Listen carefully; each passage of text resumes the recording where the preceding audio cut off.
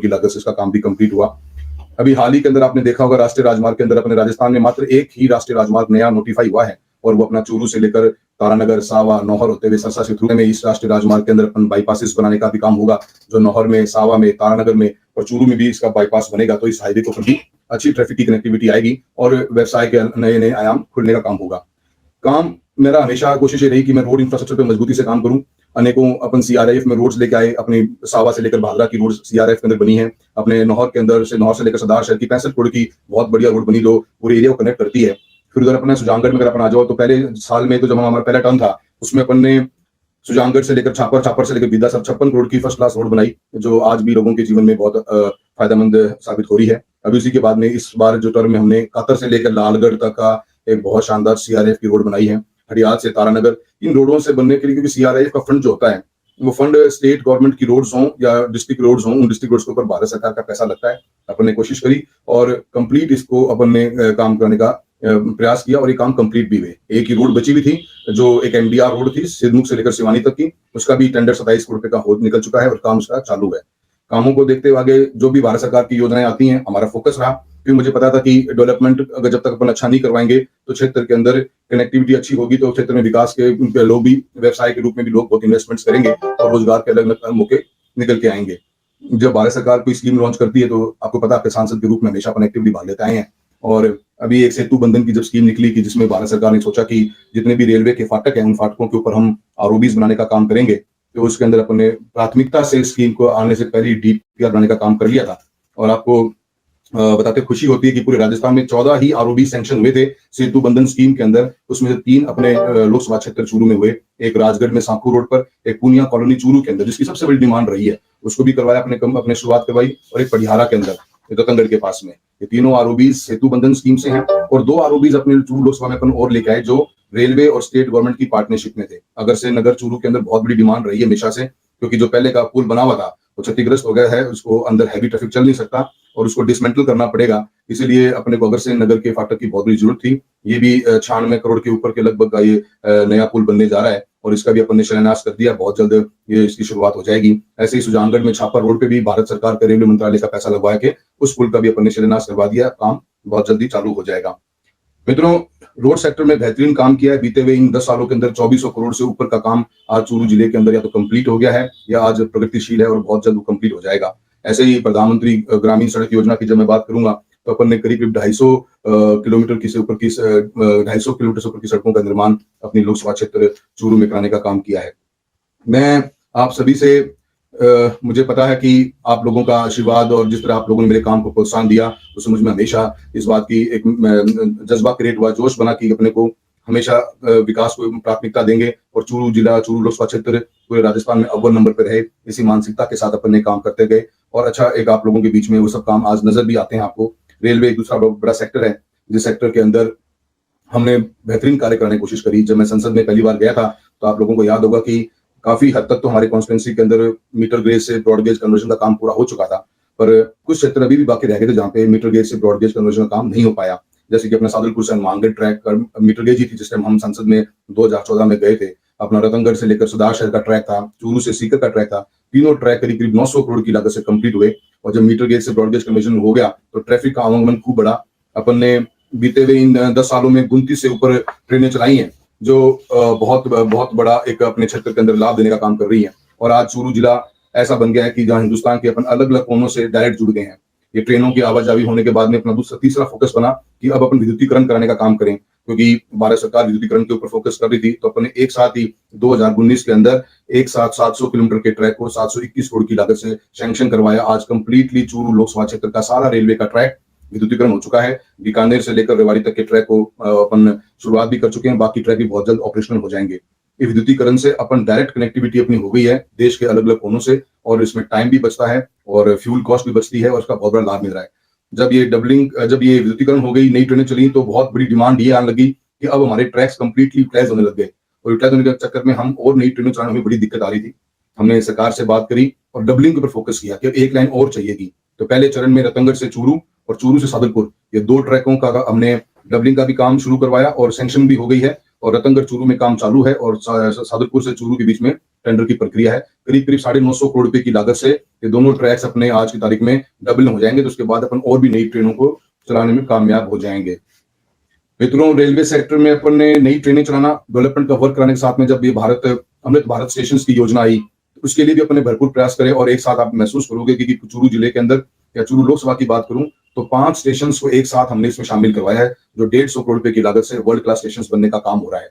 एक सांसद की जिम्मेदारी थी कि जो भी विकास के ऐसे कार्य जब भी लॉन्च होते हैं या स्कीमें बनती हैं तो उनको अपने क्षेत्र में ज्यादा से ज्यादा अपन लेके आए। सुजानगढ़, रतनगढ़, चूरू, सादुलपुर और गोगामेडी, ये 5 स्टेशन वर्ल्ड क्लास स्टेशन की तरफ बन रहे हैं और इनके आने वाले समय में आप यात्रियों को बहुत अच्छी सुविधाएं मिलेंगी, एक अच्छा फील आएगा आपको, बहुत बढ़िया। हमने स्टेशन के उस पार रहने वाले लोगों को भी ध्यान रखते हुए ऐसे फुट ओवर ब्रिज बनाए हैं जो पब्लिक उनको डायरेक्ट स्टेशन के ऊपर न आने से क्रॉसिंग करने में उनको फायदा रहे। कुछ जगह पे अपन ये व्यवस्था कराने की कोशिश कर रहे हैं जहां आबादी स्टेशन के उस तरफ भी बस चुकी है, वहां पर भी सेकंड फेज में नई स्टेशन की बिल्डिंग उधर भी बनाने का काम करने का कोशिश करेंगे।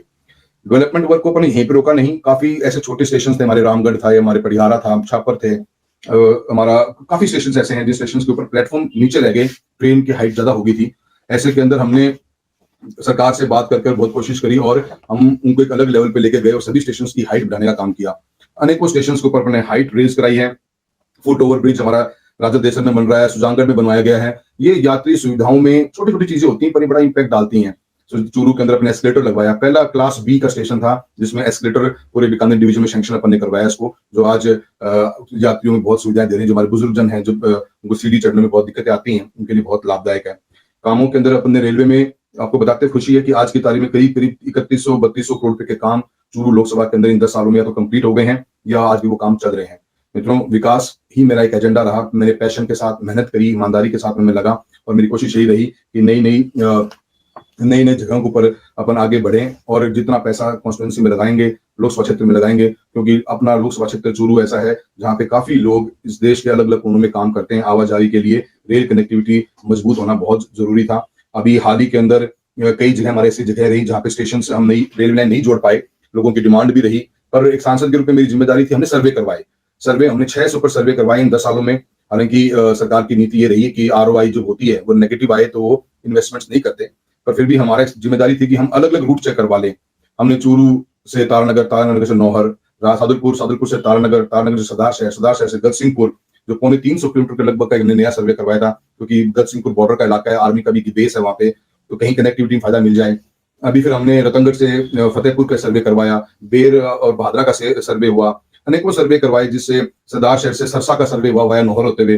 काफी सर्वे हुए पर उनकी रिपोर्ट्स नेगेटिव आई और इस कारण अपने को उनकी नई लाइन्स की सैंक्शन नहीं मिल पाई। आने वाले समय के अंदर एक आधार अपने रख दी है और अगर सरकार की कोई नीति में परिवर्तन आएगा जहाँ पे ऐसे क्षेत्रों को जोड़ने की कोशिश की जाएगी। सीकर नोखा बहुत बड़ी डिमांड रही है हमारी, उसके ऊपर भी अपना बड़ा फोकस रहा। अभी हाल ही में मंत्री महोदय कुछ महीनों पहले आए थे वहां पे खाटू श्याम जी, तो उन्होंने रींगस से खाटू श्याम जी की एक नई लाइन की बात करी थी। मैंने उनसे मुलाकात करी, दिल्ली में आके अधिकारियों से जयपुर मुलाकात करी और अपन ने कोशिश करके उसी ट्रैक को खाटू श्याम जी से सालासर, सालासर से सुजानगढ़ का ट्रैक का भी DPR बनाने का काम का निवेदन किया और उन्होंने उसकी मंजूरी भी निकाल दी है। बहुत जल्द उसकी DPR बनकर रिपोर्ट आ जाएगी, तो मैं उम्मीद करता हूं कि उसका भी अपने को पॉजिटिव रिपोर्ट आई तो ये नई कनेक्टिविटी बन जाती है। फिर बाद में साला सुजानगढ़ से इसको हम नोखा बिदासर होते हुए, जहाँ पे मुकाम हमारे बिश्नोई समाज का बहुत बड़ा धर्म स्थल है, और फिर करनी माता का मंदिर जो आगे है वहां तक इसको ट्रैक को ले जाने का काम करेंगे। रेलवे सेक्टर में बेहतरीन कार्य हुआ है और इसी के तहत हम आगे चलते हुए हमने हमेशा योजनाओं का लाभ लेने की बहुत कोशिश करी। प्रधानमंत्री फसल बीमा योजना कितनी ऐतिहासिक योजना भारत सरकार ने जब लॉन्च करी थी, तो मेरा फोकस यही था, क्योंकि ये मौसम आधारित योजना थी, इसका लाभ किसानों को मिले। इनमें कई समस्याएं भी आई, उनके लिए लड़ाई लड़ी बहुत अपन ने, हमेशा इन मुद्दों को रेज करते रहे। कभी मंत्रालय में गए, कभी अधिकारियों से मिले, कभी मंत्रियों को लेकर मीटिंग करी, कभी स्टेट गवर्नमेंट के साथ मीटिंग कर रहे हैं ताकि किसान को सही लाभ मिले। बताते खुशी है कि बीते हुए इन 6-7 सालों में जब से बीमा पॉलिसी का रिवाइज आई थी, हम करीब 7500-7500 करोड़ का क्लेम बढ़ चुका है। अभी 2023 खरीफ का भी क्लेम बहुत जल्द आप लोगों के बीच में आ जाएगा। और बीमा के साथ साथ में अनेकों जो गवर्नमेंट की स्कीम्स आई किसानों को लेकर, उन योजनाओं को भी अपना बहुत फोकस रहा। झींगा मछली पालन एक बहुत बड़ा इशू है। एक ऐसा मुझे मौका लगा कि इस क्षेत्र में अपने इसका विकास करवा सकते हैं और झींगा को कैसे प्रोत्साहन दिया जाए, इसके लिए अपन ने भारत सरकार से एक बहुत वर्ल्ड क्लास लैब और ट्रेनिंग सेंटर का की शुरुआत अपन ने चांदकोठी कृषि विज्ञान केंद्र में करी। 2.5 करोड़ के लगभग की लागत से ये बहुत जल्द ये बन के भी तैयार भी हो गई है बिल्डिंग, और इसका लैब के इक्विपमेंट्स आने हैं। वो इक्विपमेंट्स आने के बाद में अपने क्षेत्र के लोगों को जो झींगा मछली पालन के अंदर हैं वो सबको बहुत फायदा मिलेगा, क्योंकि लैब टेस्टिंग के लिए हमें बार बार लाहली रोहतक जाना पड़ता था। वो आपके जिले में भी एक व्यवस्था कराने का हमने कोशिश करी। एक बहुत बड़ा प्रोग्राम एक्वा पार्क का चला। संजीव बालियान जी मंत्री महोदय जब आए थे तो उनसे मैंने बात करी थी कि चूरू क्षेत्र के अंदर अपने को झींगा को और प्रोत्साहन देने के लिए एक्वा पार्क बनाया जाए। 100 करोड़ की लागत से ये एक्वा पार्क बनेगा। इसकी डीपीआर का काम राजस्थान सरकार को हम अभी सौंप के आए हैं, वो बना लेंगे। तो उसके बाद में अपन भारत सरकार से इसके पीछे बात करके और लोगों तक इसको पहुंचाने की कोशिश करेंगे। और ये जब ये एक्वा पार्क बन जाएगा 100 करोड़ रुपए का, तो बहुत बड़ा एक मैकेनिज्म ऐसा होगा जिसमें किसान को लाभ मिलने का काम मिलेगा, काफी कुछ सीखने को मिलेगा। तो कैसे इस व्यापार को अपना आगे बढ़ा सकते हैं, क्योंकि अपना खारा पानी का क्षेत्र है और खारे पानी के क्षेत्र के अंदर अगर झींगा का बहुत बड़ा एक स्कोप है जिसको अपन किसानों के लिए बहुत लाभदायक चीज हो सकती है। किसानों के इस बीमा के इस झींगा मछली पालन में कुछ दिक्कतें स्टार्टिंग में थी कि बिजली का कनेक्शन नहीं मिलता था। यहाँ पे लोग डीजल से चलाया करते थे, अपनी बिजली कनेक्शन दिलाने का भी काम किया। यहाँ पे ऑफिस खुलवाने का काम किया अपने। ऑफिस खुलने से बहुत बड़ा फायदा इस बात का मिला है कि किसानों को अब नांगल या दूर जाना नहीं पड़ता, ऑफिसर वहीं बैठने लग गए हैं। किसानों को इसमें सब्सिडी लेने में बहुत बड़ी दिक्कतें आया करती थी, और सब्सिडी लेने के अंदर भी हमने पोर्टल सिस्टम शुरू करवा दिया है। अब पोर्टल पे आप डायरेक्ट आप डायरेक्ट अपनी एप्लीकेशन डालोगे तो बहुत जल्द एक सिस्टम से अपने को सब्सिडी मिलने का भी कार्य होगा। मित्रों, मैंने कोशिश तो हमेशा यही करी कि मैं दिन रात मेहनत करता रहा और लगता रहा। मैं कभी इस डिपार्टमेंट, कभी उस मिनिस्ट्री में, कभी पार्लियामेंट में, कभी उन ऑफिस में अधिकारियों से मिलकर अपन ने कोशिश करी कि कितना अपन, क्योंकि बहुत सी डिमांड क्षेत्र में होती है। जब हम गाँव में घूमते हैं तो काफी स्कूलों के अंदर डिमांड आती है कि हमें स्कूल में कमरे चाहिए। कमरे सांसद कोटे से इतने नहीं बना पाते, क्योंकि सांसद कोटा बहुत छोटा होता है। 50 लाख की लागत राशि मिलती है अपने को लगभग एक तहसील की हर साल, उतने में कितने कमरे नहीं बन पाते। पर मुझे आज बताते हुए खुशी है आप लोगों को कि हमने भारत सरकार की पीएबी की स्कीम थी और एक नाबार्ड की जो हमारे जो स्कीम है, उन दोनों स्कीम से लगभग 850 के आसपास अपने कमरे का निर्माण इस चूरू लोकसभा क्षेत्र में करवाया है, जो करीब 90-100 करोड़ की लागत से कमरे बने। बहुत से 5-5 कमरे, 3-3 कमरे एक साथ स्कूलों में बनने से काफी स्कूलों के अंदर लाभ मिलने का काम हुआ है। साथ ही साथ जब मैंने सांसद निधि का भी मैंने स्कूल शिक्षा में बेहतरीन इस्तेमाल किया। आज आप महसूस करेंगे कि चूरू जिले के अंदर या लोकसभा क्षेत्र की बात करूंगा, बार बार वही कहना पड़ता है कि बिजली नहीं थी स्कूलों में। जब बिजली ही नहीं थी तो कैसे स्कूल शिक्षा को हम आगे बढ़ाएं।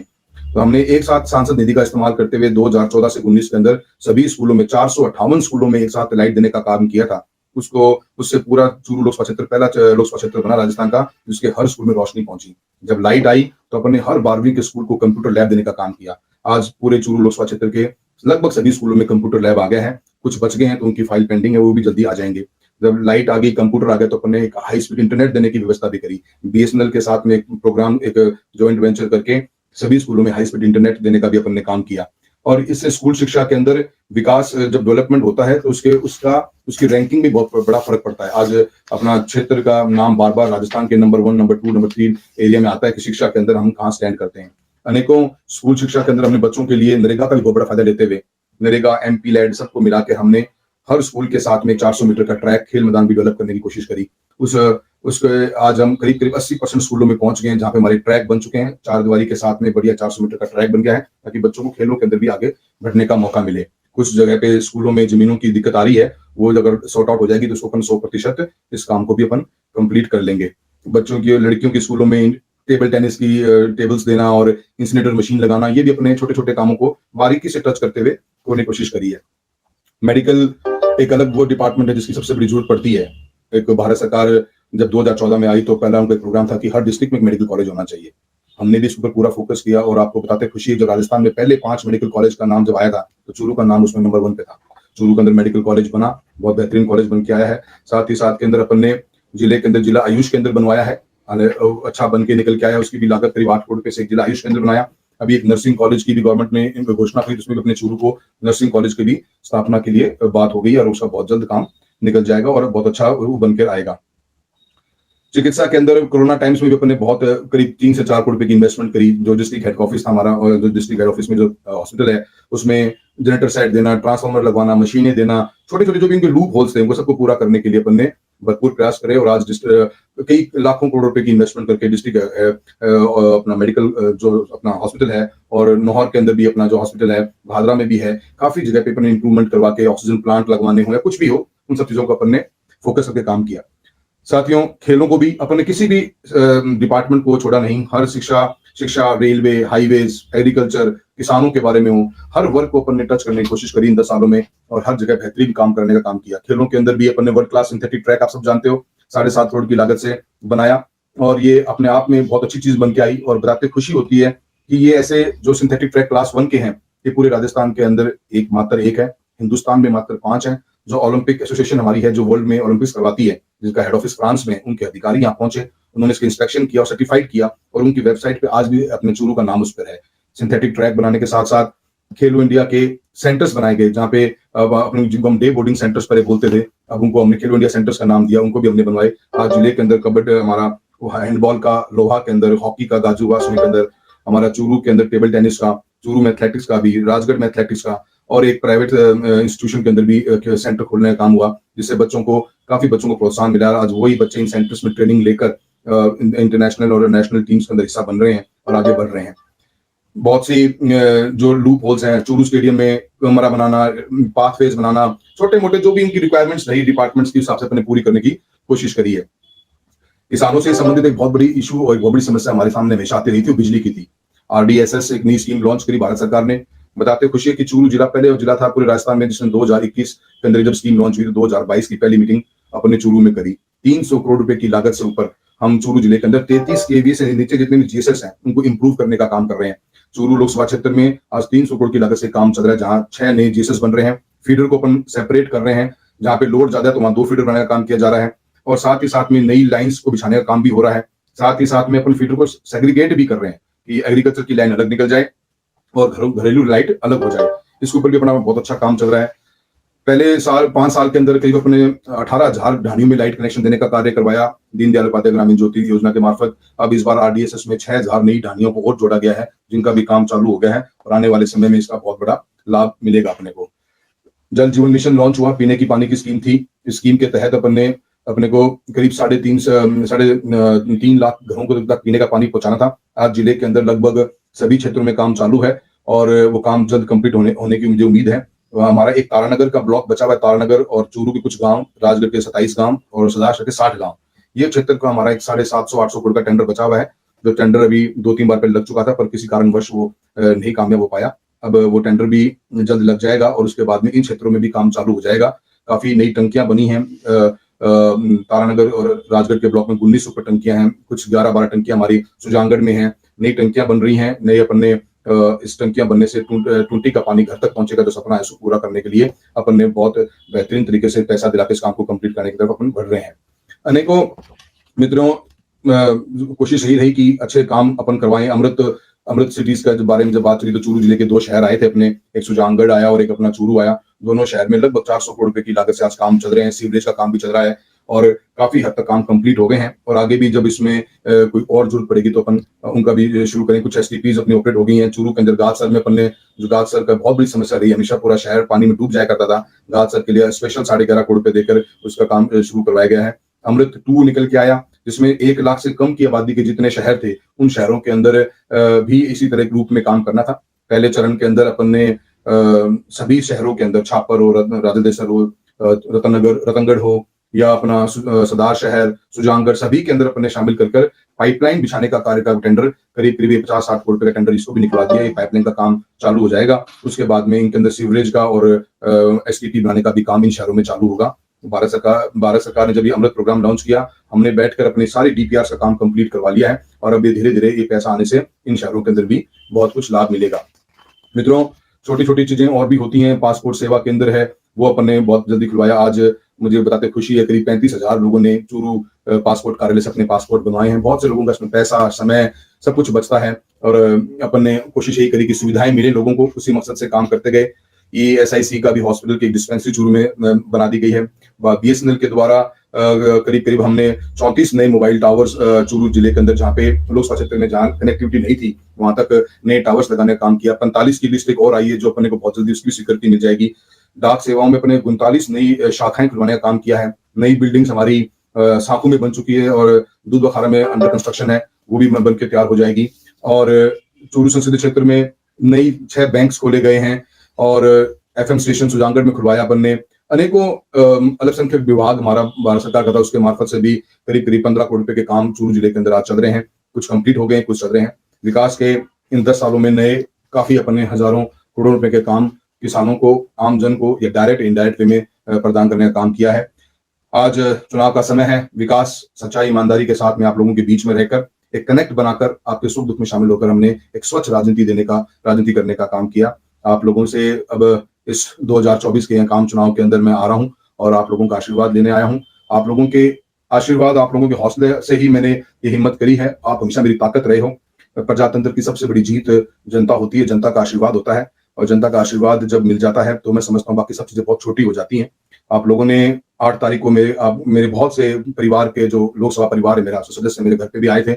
आप लोगों के मार्गदर्शन से, आप लोगों के कहने पर ही अपन ने आज कांग्रेस परिवार में शामिल हुए हैं, और कांग्रेस परिवार के अंदर शामिल होकर उस परिवार ने अपने पर विश्वास जताया और अपने को पुनः फिर मौका दिया है। ये चुनाव मेरा नहीं, ये चुनाव आप लोगों का है।